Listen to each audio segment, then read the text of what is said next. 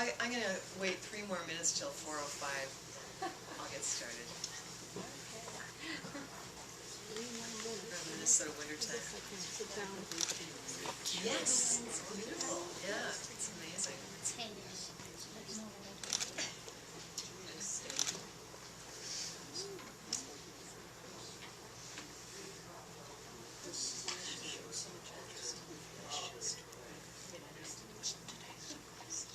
There's a section here called popular fiction.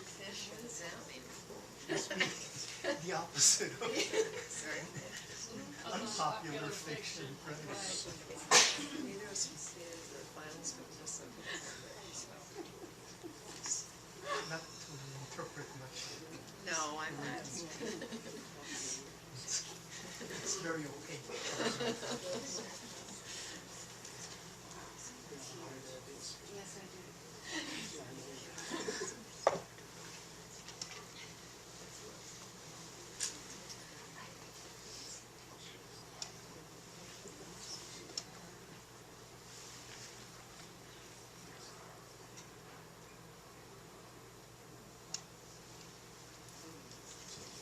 I think Aaron, he's going to come back in a second and introduce me, and then we'll get going.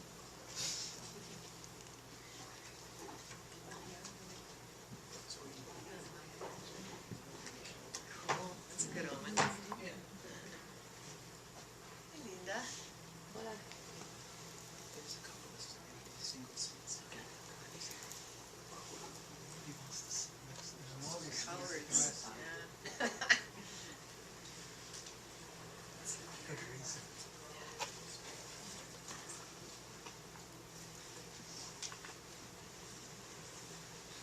Thank you everybody for coming to Magers and Quinn today.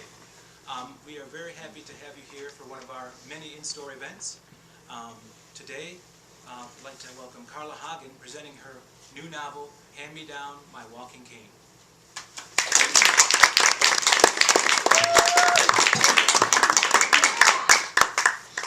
Thanks, everybody. It's actually Carla Hagen here, but in Mexico they do say Hagen, so whatever. It's kind of a Germanic name.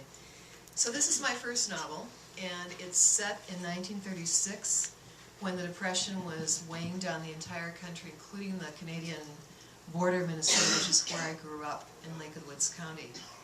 And in that time, in my county, which is incredibly remote already, there were some hard-scrabble villages back even further in the backwoods that were self-governing and where people kind of eked out a living, just barely, owed a lot of back taxes, but were pretty happy, kind of did what they wanted. There'd be a preacher who would come in once a year and bless the marriages if they wanted, and baptize the kids. But the government, the federal government, the New Deal, which was very proactive in trying to help out farmers at that time, decided that this place needed help, and they declared it a rural slum, and decided that everybody should be relocated out of these little villages. And most of the people, the vast majority, did not want to move because they liked where they were, they liked the fact they didn't have any bosses, no mayor, etc. And so the relocation became a huge controversy in my hometown, and it still is. People still talk about it, people still argue about it, and I heard all of this when I was growing up. So at some point I had to write a book about it, and that's what the book is about. It has 4 characters. It's told in 4 points of view. The first character is called Amel, and he is a local boy who is now working for the government as a photographer, which there were back in the 30s. His job, and he doesn't want to do it, but he has been sent back to his hometown, which is called Fonts Ridge, to photograph the poverty of people living there to sell Congress on this resettlement. When he comes back, he finds out that his old girlfriend, Rose, is now living in Fonts with a local bootlegger, whose name is Magnus. Prohibition is over, it's 1936, but bootlegging went on many decades unabated in Lakewood Woods County. That's a whole other story. So he's still making booze, and he is partnered in a business way with Sadie, who lives in Bodette. She's a madam, fallen on hard times, because nobody's got money in the Depression. And so she makes the main part of her living selling Magnus's whiskey, which she pours in what were then called bonded whiskey bottles. And everybody makes a lot of money that way, again. So I'm going to read you some sections from each of the 4 points of view to try to give you an idea of the story and of the voice of each of these people. And I'll start at the beginning when Amel arrives in town in the middle of the night at Sadie's hotel. Everybody hear me all right? Okay. In Sadie Robinette's dream, a voice hummed like the wind sighing in the pines, whistling around abandoned cabins back at the Manitou Rapids Reserve where she grew up, across the border in Ontario. She followed the thread of song which led her to a ship in water partly obscured by fog. But before she traced the melody, someone banged on the front door and the notes receded into the night, covered by thunderclaps and pouring rain. And she awoke in her Hotel Pascal, perched on a hill in Baudette, Minnesota, over the bay that meandered into the Rainy River, dividing line between the United States and Canada. "C'est toi, papa?" she whispered. Her father, Pascal Robinette, would pound the door. That much was true. But he would also call her name, summon her. "Ma fille, my daughter, my daughter." Sadie sat up. "Where the hell is Francois?" she muttered. Before remembering, he'd gone over to Canada. He would have swamped the boat if he tried to cross back over the rainy and the storm. She swung her legs over the bed and pulled on the old flowered robe she wore when she was alone in the hotel, the one with pockets for her cigarettes. As she descended the stairs, lightning flashed on the torn leather chairs in the long oak bar Francois kept gleaming like old copper. There weren't many guests these days, other than a few who arrived in the morning train from Fort Francis, as well as the ones who came after dark on Saturday night. But it was Tuesday, and the big clock over the desk said 2:30. She pulled on the light over the doorway and checked her reflection in the gilt-edged mirror, which had sprouted a new crack. Her black hair, threaded with gray, fell long and straight to her shoulders. Swiftly she gathered it into a knot at the back of her neck. Lines fanned out from her brown eyes, but the skin still looked good for her 40 years. Café au lait, her father used to call it. She turned the big key and opened the door. Rain lashed down, blowing sideways across the porch, pelting a man with a dark jacket pulled over his head. He held something cradled and half hidden in his arms.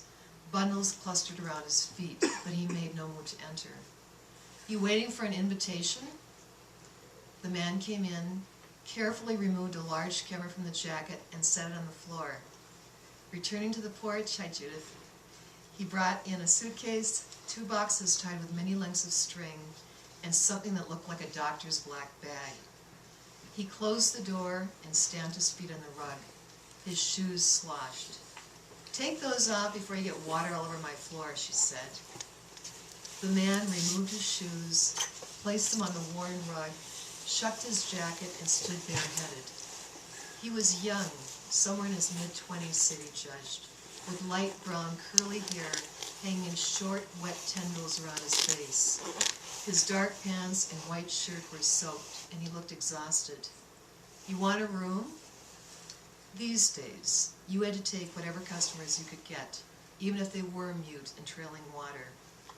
The crash had taken a while getting to Baudette and the other towns along the Canadian border, but now the Depression was in full swing, and it seemed like they'd be stuck in it forever. So that's Sadie, a little bit of Sadie. And I'm next going to read you a little section in Amel's voice. Amel is, in this part, doing the job he was paid to do and is really not enjoying doing, which is photographing all of his old neighbors and answering their many, many questions, a lot of which, there are more chairs over here, y'all, if you want to sit down, most of which he can't answer. And he's photographing today in Ruby's store. She's the only person who owns a store in this little village, and she's eccentric, but you'll see that when I read. Amel steadied the tripod and focused on the shelves behind the counter in Ruby's store. "Leave the cans the way they are. Act natural." Ruby looked anything but. She had slipped a lace-collared white blouse on top of her overalls and tucked it in, so the lace peeked out here and there around the denim. But at least she didn't argue. She came down the ladder from which she'd been rearranging canned peas and beans and bags of Bull Durham and froze, arms folded, a sentry guarding her merchandise. "Now, don't move," Amel warned. "All right, that's it." Ruby dropped her arms and resumed talking. "Amel, how much are they going to give us for our land?" Now that she knew profit was involved, she'd keep him there all day, discussing the buyout. He'd already put in an hour before the shoot, repeating the little information he had. "I told you before, I've got nothing to do with the money. They'll send out assessors. You can ask them all the questions you want. My store is worth a lot of money. They can't offer me the same as everybody else." Aside from gossip, Ruby's favorite subject was money. When Amel had been a kid, she'd go on about how much everything cost, how she was giving away her groceries, headed straight for the poorhouse, and that was before the crash. "I have to go." Amel headed for the door. "I'm on my way to the Karstens." Ruby sniffed. "Don't know why they ain't got a pot to pee in." "Doesn't matter. They get photographed just like you." So that is Amel. And I'm going to read a little bit from Rose's point of view. I'll never do anything as complicated again as writing something from a quadruple point of view, believe me, but it's my first novel, so I kind of went for broke, swung for the fences. I'm going to read a little part about when Rose meets Magnus. She, as a young girl, lives on a resort at Oak Island, which is an island up in Lake of the Woods, and where there really are resorts, and it's a fictional one. This is how she met Magnus. Rose met Magnus when she was 19, nearly 20, as she liked to say, in May of 1930. Oak Island was chilly, the ice just out on Lake of the Woods, and she'd been filleting walleye down at the fish house all afternoon. The lodge door bell tinkled as she pushed it open. A laugh boomed from the kitchen and Magnus walked into the lobby, Hazel close behind. He lit up the darkening room as if a lantern hung over his head. She blinked, took in the rest of him. Large, not fat, but tall, muscular, and bulky, as if wearing layers of clothes. Tousled dark hair touched with gray around a ruddy face. Sparkling dark brown eyes. He wore a blue and red flannel lumberjack shirt. But lumberjacks were taciturn men who silently shoveled in their food, letting loose only in bars on payday. "You gotta be Rose. Hazel talks about you all the time." He stuck out a big brown hand. Magnus Giles. His fingers were warm, a little calloused. Hazel wore a mock crabby look on her face. "I didn't tell him one good goddamn thing. I've known him a long time. He just has a way of finding out a person's business." Rose kept her hand in his a few extra seconds. "You'll be staying with us?" He grinned, showing a gold tooth that made him look like a pirate. "For a while. It's nice and cool up here. Too hot down in the cities." All right, and I'm going to read another little section about Rose. Once Amel comes back, inevitably they run into each other. Magnus is off making bootleg and pretty much ignoring her, and so she's lonely.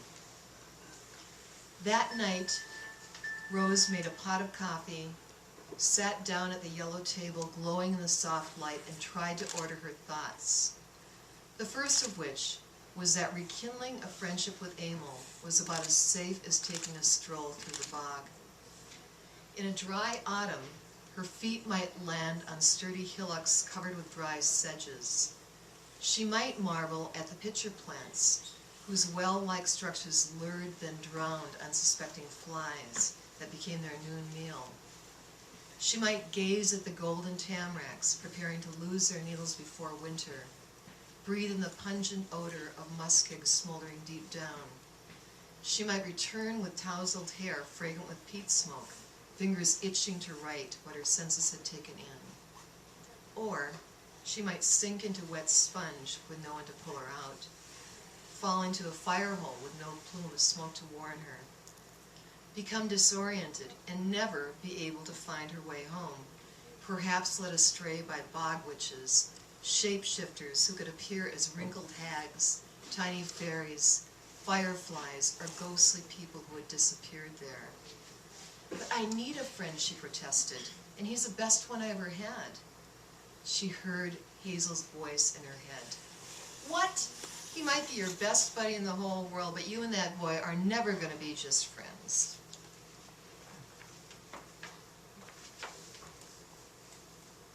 Yeah, went faster than I thought. The final section I'm going to read you is a little bit about Magnus, who is a bootlegger. He's an orphan, grew up really hard and rough, which you'll hear all about if you buy the book.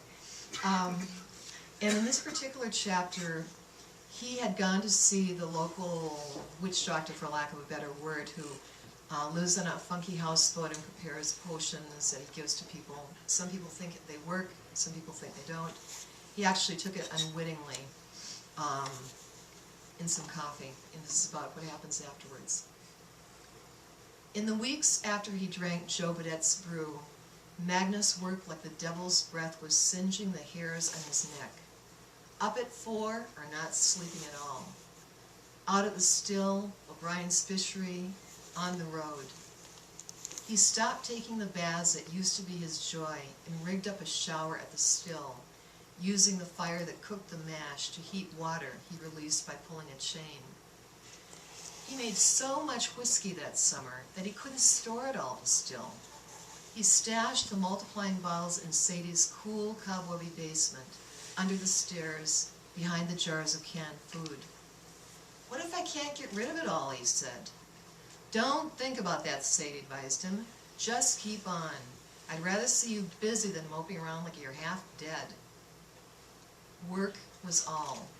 Before sunup and by the glow of dawn. Through midday, with sun falling through pine trees onto his bare back, into the last forever evening dusk. Magnus loved this time of year. So much light you could roll in it, cover yourself, throw it away, because there was always more. He didn't let himself think about fall, when night galloped in to make way for winter, the dictator who ruled until she got goddamn good and ready to leave. On the rare nights of not working, he played cards at Sadie's, drinking cup after cup of Francois' strong coffee. He and Amel didn't cross paths, probably Sadie's doing. Rose was always asleep when he came home and when he left. He missed her, like a faraway song, but he was so busy he couldn't sit still just yet. And he was happy, laboring for both of them, feeling something grand was on the horizon. All those years without his mother, he'd kept himself going by looking ahead, picturing the good life he was going to have. He knew the secret, not stopping. So, I think that's all, unless you really want me to read some more.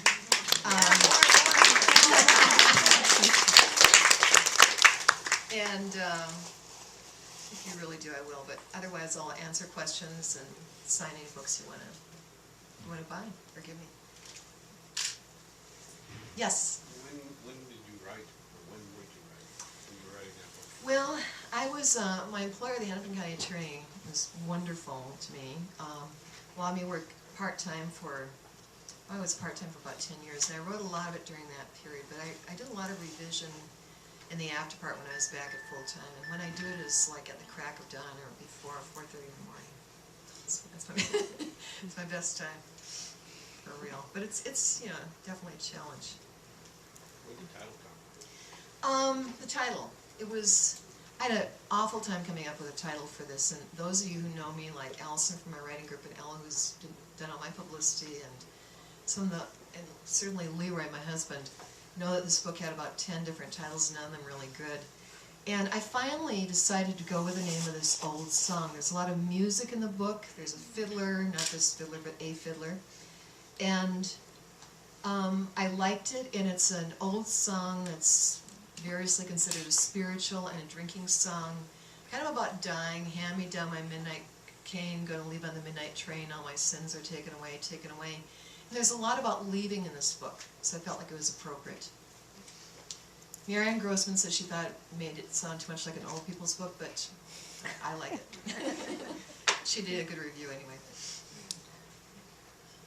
Anybody else? Yeah. All right, Judith. How did you do your research? Oh my God. Well, a lot of it I did in my hometown because I heard stories growing up, and a few of them found their way into here, although the basic underlying historical facts are true, but most of the stuff I got out of my head. But I listened to these stories. I would pump people for their stories. I recorded both my mom and my stepdad who'd been relocated out of this place.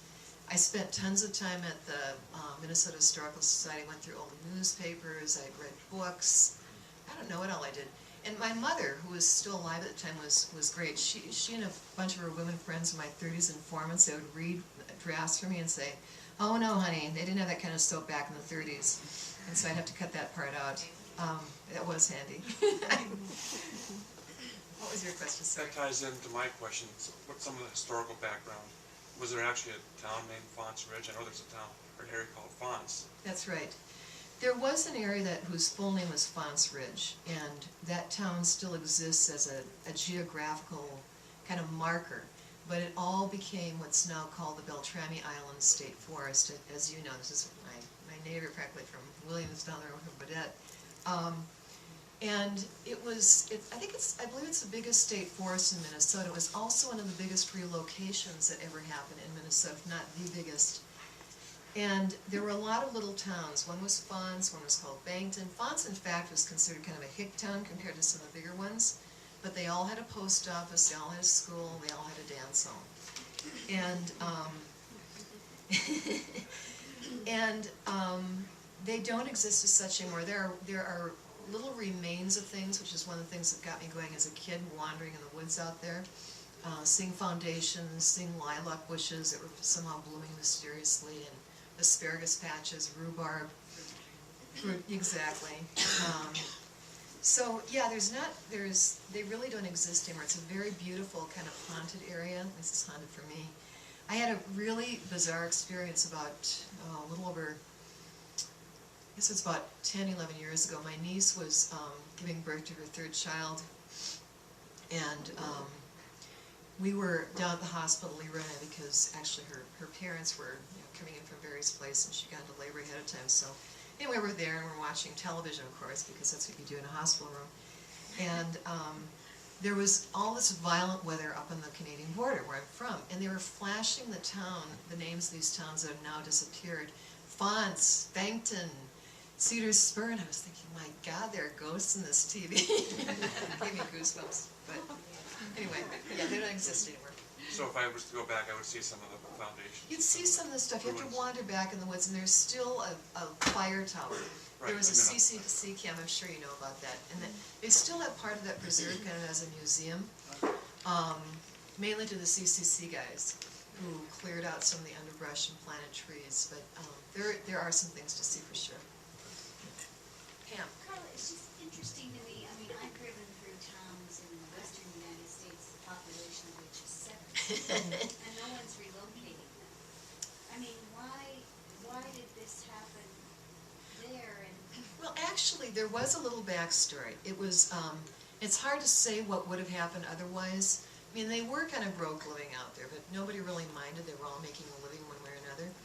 And the soil was just good enough for them to plant some vegetables and be able to live. But Volstead, Senator Volstead, who did the Prohibition Act, also authored this bill, which was successful, became a law called the Ditching Act. And the idea, he was from Minnesota, I think he was from Bemidji, was to ditch the bogs and drain the bogs so they could become arable farmland. And this is just like a complete myth, obviously. For any of you that know anything about bogs, and you can't ditch them. They're like these, wild animals. And so they were able to get a couple ditches in, but largely, it was a big bust. However, they taxed the people in these little villages for the ditching. So they owed tons of back taxes, which they were never ever going to be able to pay. And so I think that's part of the reason that they declared it a rural slum. They were very bitter about that. And I learned actually last summer when Ellen and I went up to the pre-lunch in Badette that one of the women who had actually been relocated out there took us on a tour, which was extraordinary. She had all the places. This is a so-and-so homestead, this is this. Here's where so-and-so drowned. she said that they made them pay the taxes, even though they gave them good prices for their land, which, if it's true, I think is really cruel. But anyway, that was part of it. Yeah, I think so. I've never heard, yeah, I'm getting a yes from my friend from Badger. Mud Lake is north of the river. Oh, yeah, it's far west, farther west. Yes, You said that this was a story and book you had to write, yes. and now you've done it. And is that it, or are you going to continue to write novels? Well, I'm definitely continuing to write. It's a good question because I actually started another book in 2010. I'm continuing on it now. It's a murder mystery because I've been in criminal law for years, and I thought I might as well start using someone I know. And it's actually set in Lake of the Woods because I can't seem to get away from Lake of the Woods, with a few forays to the Twin Cities and out of the country into Mexico. But a lot of people have asked if I am going to do a sequel to this book, and I can't see myself doing a sequel, actually. I mean, I worked so hard to get them all to a place I liked, and so I don't think I would, but I'm definitely continuing to write and hope to have another book out hopefully next year. Yeah. Lynn. I'd like to know more about your family and how they were maybe affected by this relocation. Okay. Mystified it. You said it was a controversy. It was very How controversial. that would be really to experience that. Well, it was, most of my actual blood family was not out there. But everybody knew about, my stepfather was, in fact, in one of the families that was relocated. And he was, his mom and pop were both bootleggers too, and they had to move all their operations. They were not too happy. I think it was this real controversy because unlike places, for example, in Dust Bowl that were truly devastated, that you had to leave no matter what, this is a place that was still viable. I mean, there was jack pine, there were sand dunes, peat bogs. It was pretty. It still is pretty. Lots of game. Excuse me? Lots of game. Lots of game. Tons of game. Yep. And so so you could what you couldn't grow, you could shoot. And so people were really proud of themselves living in these little villages. In fact, they didn't need a mayor, they didn't need a cop, they didn't need anything, and they were kind of little not anarchist collectives, because they probably wouldn't have put in those terms, but they really liked being left alone. And a few of them said, thank God I'm getting the hell out of there. They were usually the older people, but the vast majority didn't. And one of the families, the Dolls, held out for 7 years and would not come out. And they tried everything. They stopped doing the roads. They pulled the post office. They finally pulled the school. And Lila, who's of that family, who was the person that gave us a tour up there, said that the superintendent actually, who in that day was always a woman back in those days, and her name was Mrs. Rippey, and she was very proper. And she made a visit all the way out there to their house and said, now, Mr. Dahl, you know that you have to come in out of the woods because otherwise your children won't be able to go to school. And that got him, so they finally came out. But it was just, people didn't see any reason that they should be moved. And for years they had a picnic to commemorate the anniversary of it being called the Old Settlers Picnic. And I think they still have it, actually. But There was a group of them that got sent out to Alaska. yes, although I don't know if they were from there. There was a group of people in Minnesota. You maybe know something more about that than I do, but there were Minnesotans who were relocated all the way up to Alaska. The Romance Gal. Yeah. And which might explain Sarah Palin's Minnesota accent. accent. The way she talks like us. Yes. What was the total number of people that were relocated? Oh, Ellen knows this answer. How many people was it? You put me on the spot now. Sorry, I think it was like about... I mean, are we It was only talking? like 200. I was going to say, are we talking hundreds or No, we're talking about... 1,000? No, not 1,000. They're Okay. much more... It was only, it was only like a couple of Three- hundred, but the geographic area, The geographic area was very huge. large. It was about 300 people. Yeah. But there were a lot of...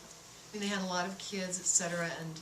in Lake of the Woods County, where the county seat, Badette, my hometown, only has 1,200 people, these are viable towns. Like I said, they all had their post office, their school, their dance hall, so it wasn't so much that... It was a lot of people for Badette.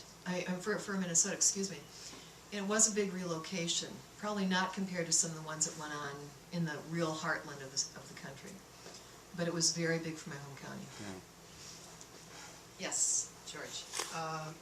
You said that you heard stories from the community through the years.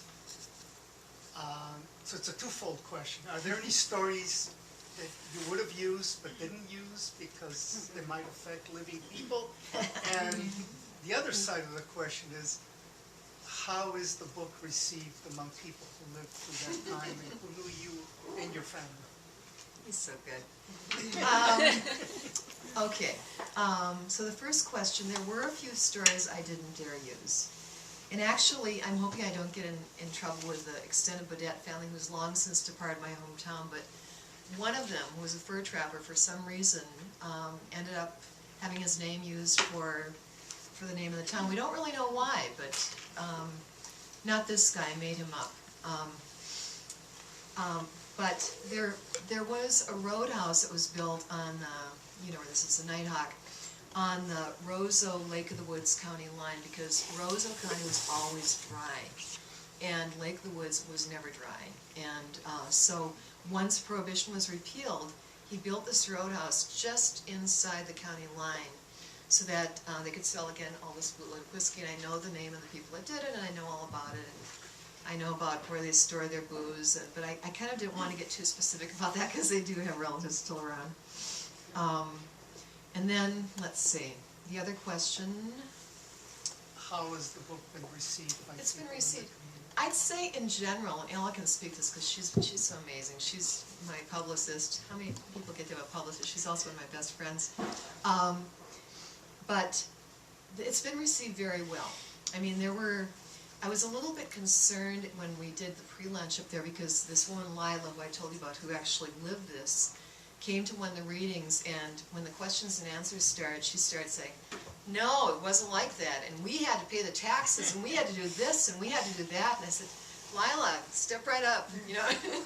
But in general, she liked the book, which I was like, oh, I hope she likes it. She did, and in general, people, I think, have loved it because I think it captures the place really well, and people who live up there generally really love living up there. It's cold, it's funky, it's all kinds of things, but we feel this crazy loyalty to it. And so in general, people have liked it very much. In fact, the book is actually in its third printing. There aren't huge printings, but I'll get to you in a second, babe. But my publisher, North Star, says that when I asked them what all the demands were, they said that Lake of the Woods had totally cleaned out of books. George, to answer your question in Greek terms, it's been a massive bestseller. In Lake of the Woods County. Yes. Is there still any bootlegging going on up there? Or is... Well, you know, it's interesting. It's probably not. I would say there, although I don't know. I mean, my own father was bootlegging in the 50s, you know, and gave it up, he and this other guy, because I think they were drinking all their profits. But I think that's when it was more profitable to sell it in Canada, so it's always been a border thing. You sell on one side or the other. There are probably people that grow fields of weed up there, I know, and I don't know about the bootleg, but I wouldn't be surprised. Somebody else have a question? Did they Yes. have any of the dance halls open when you were growing up? Not out in this area, but there were lots of dance halls, and they were out in the country. There were, you know, what people would call roadhouses now. There was one in particular, I remember, that burned down called the Blue Lantern. I don't know if you remember that, your parents would. And I always longed to go there, and my parents would never take me. But my dad, who was something of a drinker, to put it mildly, would take me on Sunday afternoons when you couldn't really sell beer, you could just sell near beer. And he'd take me and my brothers with him, and this sounds kind of pathetic, but it was actually kind of fun. And we'd go to these roadhouses that would have like sawdust on the floors, and they had these old men sitting around drinking beer, and we would have a great time because we'd get to look at all the Ham's beer signs and eat potato chips and drink root beer and slide on the floor. And so yeah, there were still dance halls around. I just didn't get to go to those dances, unfortunately. Yes? When you were developing the book, was it always to be fiction based on historical events, or did you ever consider just making just a book about the history? I considered doing that, and then I actually, I think mainly because of some of the things George was raising, I realized if I did it as history, number one, I'd have to be spot on with everything, and I just didn't think I could check all those facts. And number two, I was going to get a lot of people mad at me, so I thought the safer option was to make it fiction. Somebody else had a question. Rosemary. How much of a period of time did the relocation take? And how, was it kind of a voluntary thing? Well, Did it not happen really. gradually? It was not voluntary. I mean, they tried to make it nice with it, and, you know, they did offer people, you know, decent prices for their land and gave them loans. This is Resettlement Administration, later the FSA, which produced all those photographers. But it took a long time, particularly with the family I mentioned, the Dolls. It took 7 years and said, you know, hell no, we won't go. And so I think it took a lot longer than they thought it was going to take. And then did people just go wherever they wanted, or were they, you know, told to go to certain places? No, they could pick out places. Some of them moved into Badette. Like, there were some old Finnish lumberjacks that moved into Badette and bought this old house and started the first nursing home in the county. And it was called the Old Pioneers Home.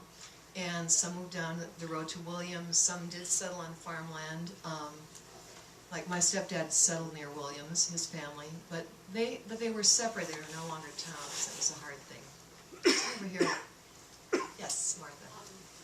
In your acknowledgments, you mentioned about, I think, someone at the university or somewhere that taught you how to read fiction or write fiction. Could you just briefly talk about differences between writing fiction and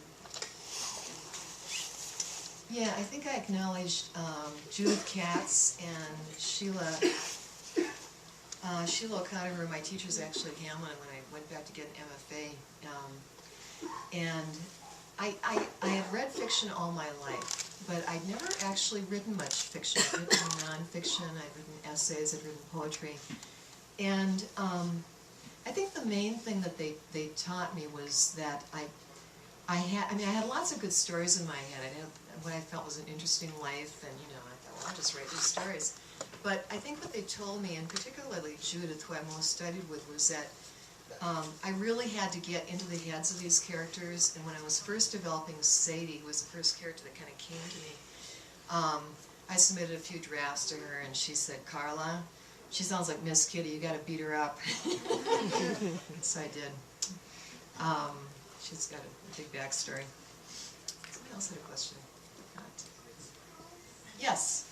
Your next book, how much of that is fiction versus non-fiction? Is it based on something true, or is it a story that you're... Not really. It's based on, it's a murder mystery. It's set up in Lake of the Woods. It's centered around bodies popping up in the bog, because they do occasionally. And people have historically gotten lost in the bog and never come back. And if any of you read Erin Hart, who's a wonderful mystery writer, she writes about peat bogs in Ireland and bodies getting, you know, preserved for centuries there.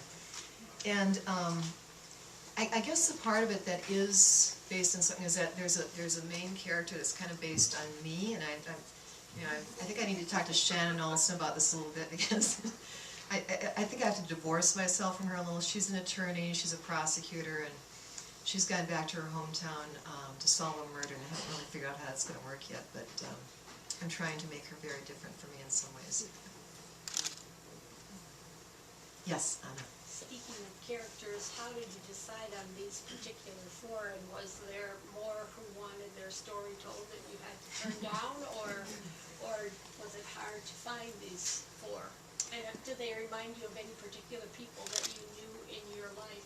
Are they based on people, real people? No, it's really based on anybody, except that I would say that a lot of, I always listened a lot. I'm a real auditory person, and I always listened. I'm into languages, and I always really listened to the things people said when I was growing up and the way they said them. I was really intrigued by the way they said things and kind of the turns of phrase. And so some of the characters, I would say, particularly Magnus and Sadie, who talk kind of rough, talk a lot like my family, some of my family members.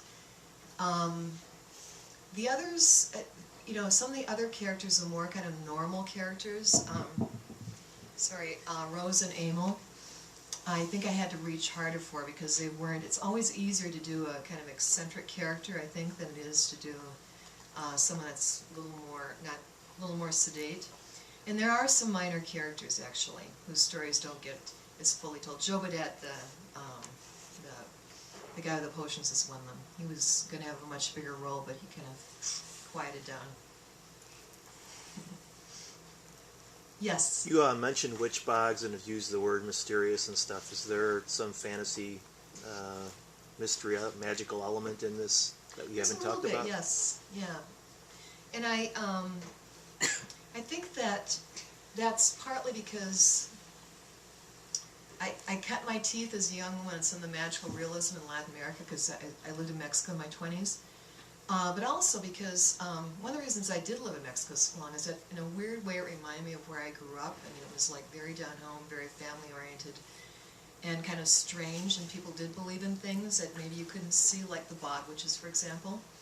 And there are, to this day, all kinds of stories about bog witches. People talk about them, and they have all kinds of arguments, like my real rational friends, they're saying, no, it's just this combination of the acid and the minerals in the soil and the way the light hits it a certain way, and other people say, oh no, those are real ghosts, and they take you into the bog, and if they don't like you, forget it, and if they do like you, maybe you'll get out. So I mean, people talked like this when I was growing up, and I absorbed all of it like a little sponge and just kind of wrote it down. I think it is, for me it's a magical place, and I think it is for, I don't know, I think for a lot of people. It can be a sad place too, but borders are always weird places, I feel like, where anything can happen, and I also believe that's part of it. It's kind of a DMZ, for those of you who live in Vietnam War. Any other questions? Okay, well thank you, and if you want to, I'll sign books.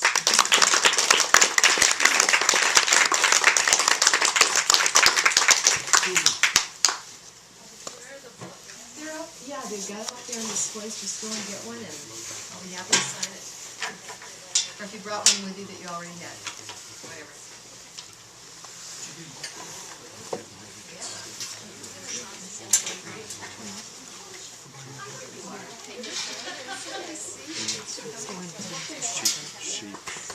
She went off the first time. I can imagine somebody sitting in their phone. But then they went off the second time. Allison was at college. And this is my best friend Chris. I'm gonna go up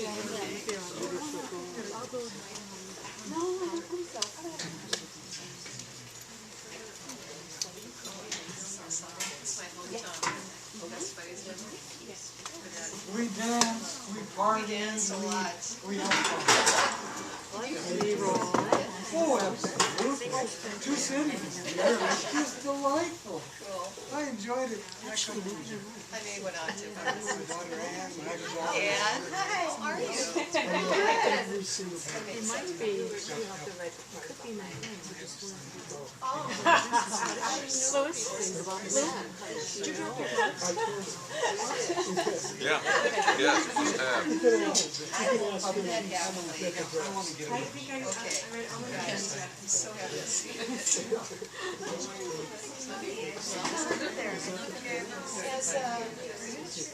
Yeah. So you're the best friend? Yeah, we're into their now and we got about 10 minutes. That's good salad. Yeah. I was in gym. He's been on it. Yeah. How would you even go? Never Oh, let me give you a bookmark too. It's really When did you have your molars out? When did you move yours? Hey there. Okay. It's been fun. Okay. I love that. Yeah. It's about your grandpa, all your... It is such a great book. God. Yeah. Good night. You've been up to Magers? Yeah, a couple of times, a few times, yeah. I haven't eaten with the wolves, and he came up the last couple of times, so I helped her with the pre-launch up there, and then we were up. Yeah. About there when I was there as a teenager. Library science. Now, Yeah. go back. Great. No, I really love it up there too. Yeah, Like to be able to go and. When I was a child and when I got older, there was big laughs between. My older daughter though was really kind of afraid of flying bugs, and there were lots of flying bugs there. So. Oh, yeah. So we gotta get her over that phobia before we can really hang out. Yeah. We did the first year we went up. Yeah, the first year we went up. We went canoeing at like in the woods and just had the best time. Saw the white pelicans and all the wildlife and stuff. That was so wonderful. It was just wonderful. My daughter fell asleep in the canoe and just it was nice. That was a girls only. Really? Yeah. She is. I just saw her today, actually, this morning. She'd love to see you, I'm sure.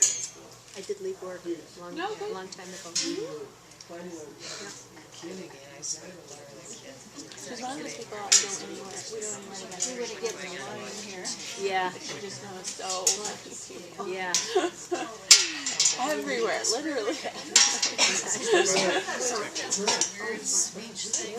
It's better, I swear to God. I mean, he was reading the church story, he was like enunciating. I did.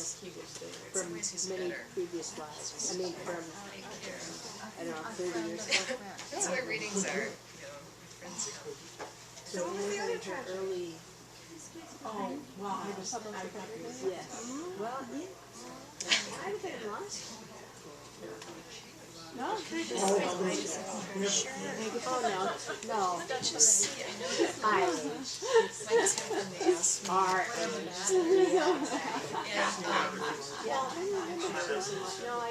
Anyway, let me just see how things go. Yeah, she's done a lot. Okay.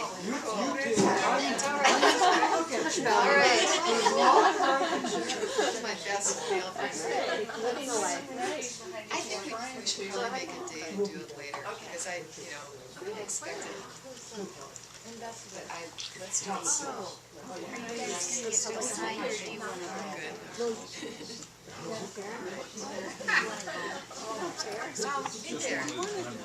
It's not that all bad.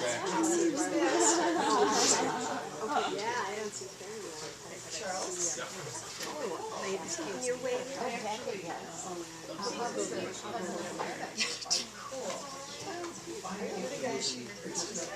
Yeah. Okay, I was wondering. Hi there.